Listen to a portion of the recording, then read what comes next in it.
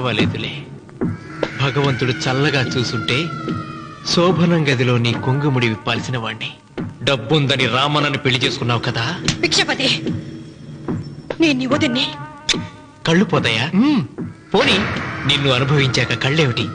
ప్రాణం పోయినా పర్వాలేదు. ఏంట్రా, ఏం చేస్తున్నావు ఇక్కడ? ఏం లేదు నాన్న, పాలేమన్నా ఉంటే ఒక బిందుడివ్వు, నేను కూడా శివలింగం మీద పోస్తాను అంటే నోర్మి అంటుంది. మూసా పోస్తాను వదినా.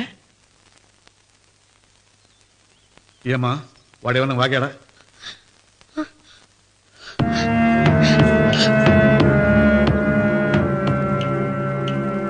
భిక్షపతి, అవును, అసహ్యంగా చండాలంగా వాగాను. చంపుతావా? చంపు. మీ తాత ముత్తాతలు జంతువులు చంపితే నువ్వు నన్ను చంపు. చంపి నా తల కూడా గుమ్మానికి వేలాడగట్టు.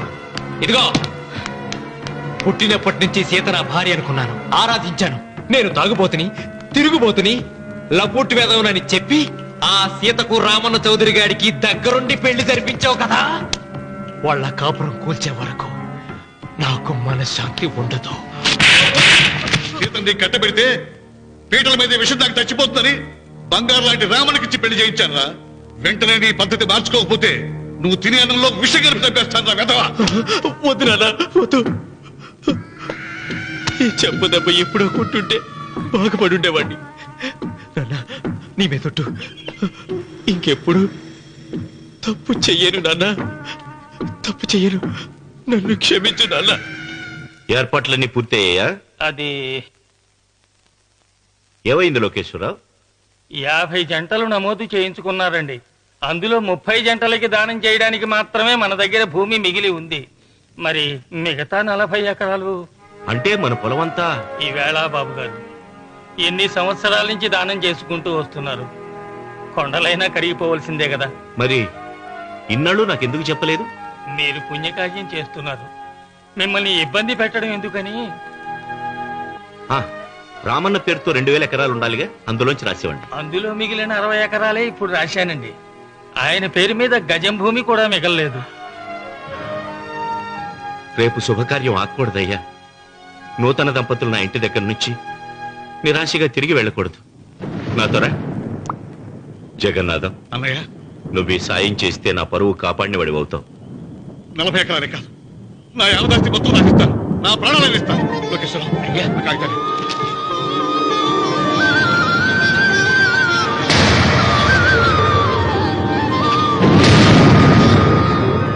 మీ కుటుంబం 10 కాళ్ళ పాటు చల్లగా ఉండాలయ్యా.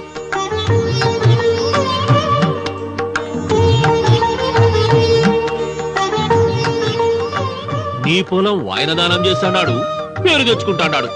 ఇంకా నీకే మిగులుతాది, గబ్బు లేచిపోతావు. తొందర పడకు, చూస్తావుగా. ఒరే రావుడు, ఈ భోజనాల కార్యక్రమం చూస్తుంటే నాకు తిరుపతి దేవస్థానం గుర్తుకొస్తోందిరా. నువ్వైనా చెప్పచ్చు కదా మీ నాన్నకి, ఈ దానాలకు అంతే లేదా? ఎదుటివాడికి ఇంత పెట్టడంలో ఆయన ఆత్మసంతృప్తి పొందుతున్నారు. ఆ పుణ్యమే ఆయన నిండు నూరేడు బతికిస్తుంది. నువ్వు అన్నం తెచ్చి. ఇదంతా నీ పుణ్యమేరా. అంత మాటలు కదయ్యా. హర హర మహదేవ్ శంభో శంకర. ఓం నమః. పెదనాన్న. ఏం బాబు? పెదనాన్న, నాన్న. ఏమిట్రా? నాన్న నోరు. ఏమిటో చెప్పరా. మా నాన్న నోరు తెరిచి నిన్ను అడగలేక నాకు దస్తావేజీలు ఇచ్చి పంపించాడు. దేనికి?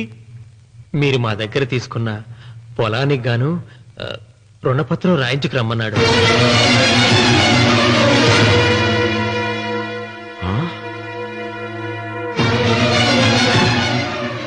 నా తమ్ముడు రుణపత్రం అడిగాడా? అయ్యో, సంతకం.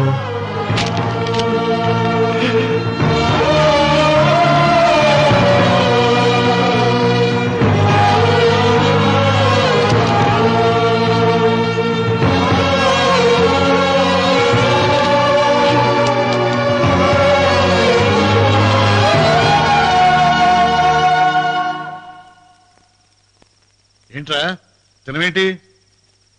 ఓహో, అన్నంలో విషం కలిపి చంపుతున్నానని భయపడి చస్తున్నావా? లేదురే, తిను.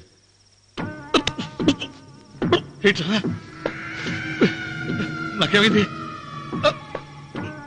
నువ్వు అన్నంలో విషం కలిపి నన్ను చంపుతానన్నావు కదా, ఆ పాపం నీకెందుకు అంటగట్టాలి అని నేనే నా అన్నంలో విషం కలుపుకున్నాను నాన్న. పొరపాటుగా పళ్ళాలు మారాయి. నాన్న ఎలాగో చచ్చిపోతున్నావు కదా, నీకు రహస్యం చెప్పనా?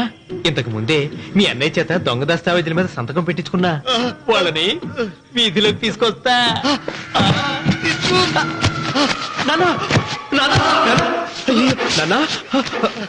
ఈయనతో నీకు చెప్పాక నేను ఎందుకు బతికిస్తాను? నాన్న చిన్నప్పుడు నీ గుండెల మీద ఆడుకుంటే తెగ ఆనందపడేవాడు కదా, పోయేటప్పుడు కూడా ఆడుకుంటా ఆనందపడే. చల్ చల్ గుర్రం చలాకి గుర్రం, చల్ చల్ గుర్రం చలాకి గుర్రం, చల్ చల్ గుర్రం చలాకి గుర్రం, చల్ చల్. నాన్నా నాన్నా అయ్యో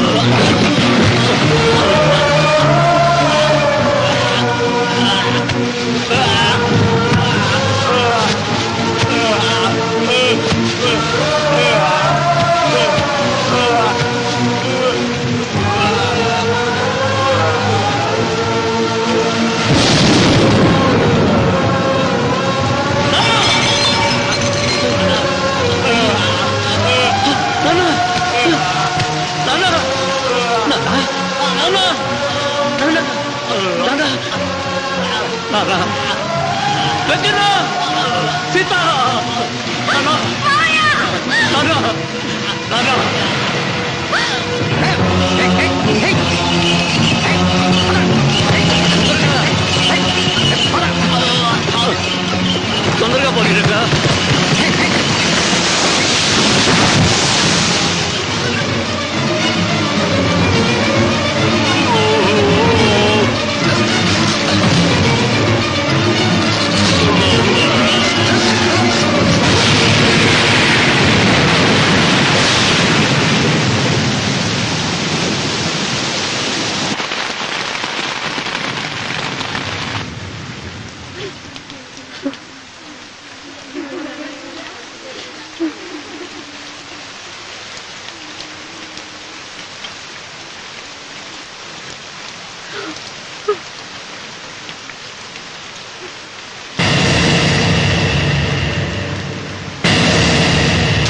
అందరికీ నమస్కారం.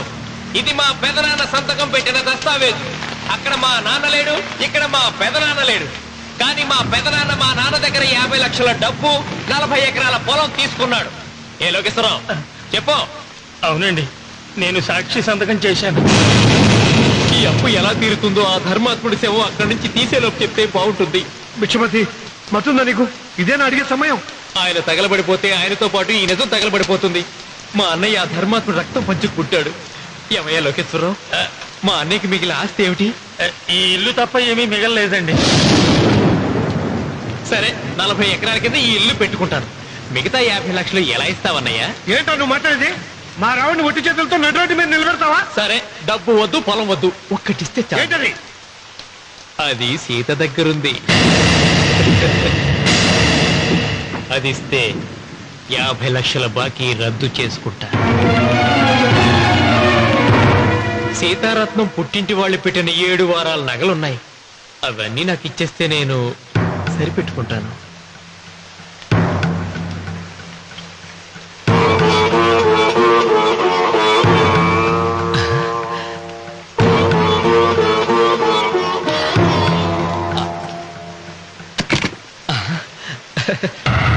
అదేమిటి, నీ మెళ్ళ ఉన్న మంగళసూత్రం బంగారం కదా, అది కూడా తీసిపెట్టు. అన్నయ్య తీసేమని చెప్పు. నువ్వు కట్టాల్సిన తాడి మా రావుడు కట్టాలని ఖచ్చితంగా కదా ఈ పని చేస్తున్నావు. తప్పు మాట్లాడుతున్నావు శాస్త్రి. నాకు ఆ తాళి అక్కర్లేదు, ఆ 50 లక్షలు కట్టమను. మీకందరికీ చేతులెత్తి మొక్కుతున్నారు. ఒక ఐదింటి ఇల్లాలి 5వ తనాన్ని కాపాడండి. మీకోసం తన సర్వస్వాన్ని మీకు దానం చేసి కొడుకును ఒట్టి చేతులతో నిలబెట్టారు మా శివరామకృష్ణ గారు. అందరూ మీరందరూ ఇంటి మూలంగా లాభం పొందిన వారే. ఆ ఇల్లాను మంగళసూత్రం తీయకుండా కాపాడండి. దయచేసి మీరు కొంచెం సహాయం చేయండి. భక్తులు నీకేమైనా సిగ్గుండదా? కడుపుకు అన్నం తింటాడావా, గడ్డి తింటాడావా? నాన్న ఇచ్చినట్టుది తిరిగి పీక్కుంటావా? నీ అమ్మాల పెరుగాల పెట్ట ఊరికేనే ఇచ్చాడా? పుణ్యం కోసం ఇచ్చాడు. సత్యాక తిరిగి ఇవ్వమంటే ఎలాగండి? ఎవడు దానం చేయమన్నాడండి? ఒళ్ళు కొవ్వెక్కి దానం చేశాడు. అన్నం పెట్టి తిన్నది కక్కమంటే ఎలాగండి?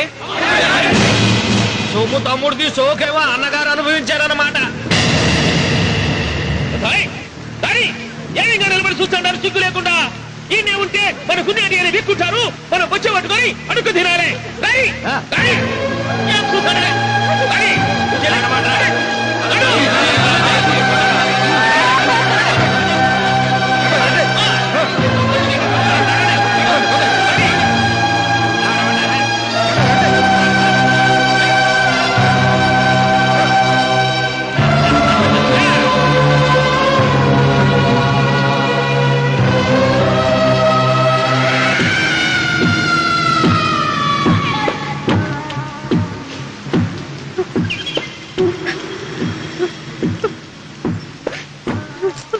అమ్మ సీత,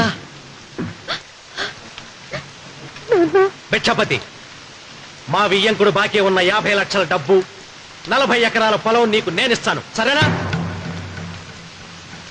సరే.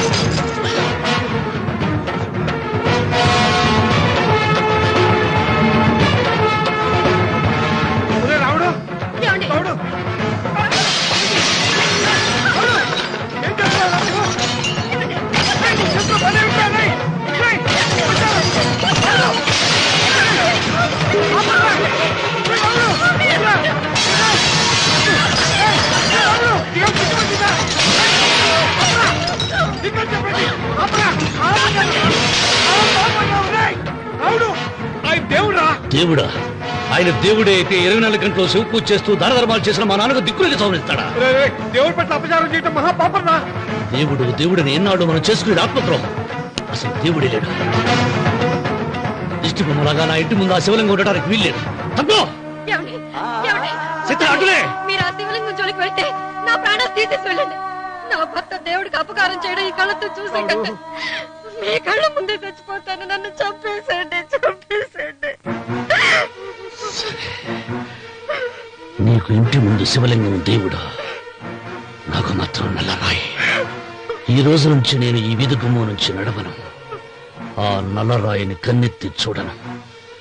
ఆ పెరటి గుమ్మమే నాకు వీధి గుమ్మం. ఇది అంగీకరిస్తుంది. నువ్వు నమ్ముతున్న దిష్టి బొమ్మ కోసం కాదా, నీ కోసం.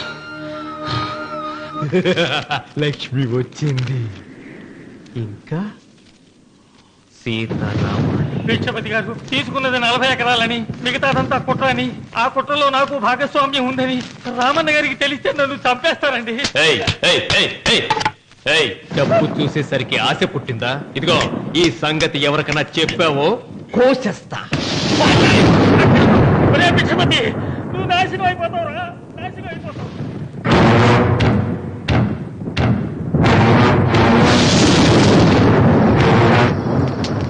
రాత్రి పూట ఎక్కడికి వెళ్తావు నాయనా?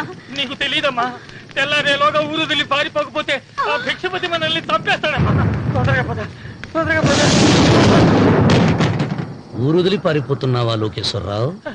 అది నాకంతా తెలుసు. అయ్యా అయ్యా అయ్యా, మీకు ద్రోహం చేశాను, నన్ను క్షమించండి అయ్యా. నేను క్షమిస్తా, మరి భిక్షపతి వదలద్దు. నీకు ఉపాయం చెబుతా. అన్వర్, నీ ప్రాణాలకు భిక్షపతి మూలంగా ప్రమాదం ఉందని నీ చేతులతో నువ్వే రాసు. నేను కాపాడతాను. దాన్ని జాగ్రత్తగా మడిచి నీ జేబులో పెట్టుకో. అర్థం కాలేదా? నీ ప్రాణాలను నా చేతుల్లో పెట్టావుగా. మీ అమ్మను జాగ్రత్తగా ఇంటికి తీసుకుని వెళ్ళు. వెళ్ళు. వస్తాం బాబు. పదమ్మా, పద.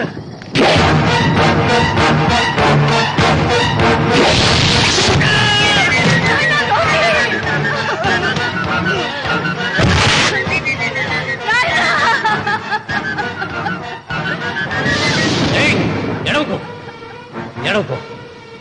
కన్నీళ్లు పెట్టేంత గొప్ప చరిత్ర కలిగిన వాడు కాదే నీ కొడుకు. అన్నం పెట్టిన మా నాన్న చావు కారణమైన వాడు. నీ కొడుకును భిక్షపతి చంపాడని పోలీసులకు చెప్పాలి. అప్పుడే బ్రతికినంత కాలం నీకు నీ మనవరాలకి ప్రాణభిక్ష పెడతా.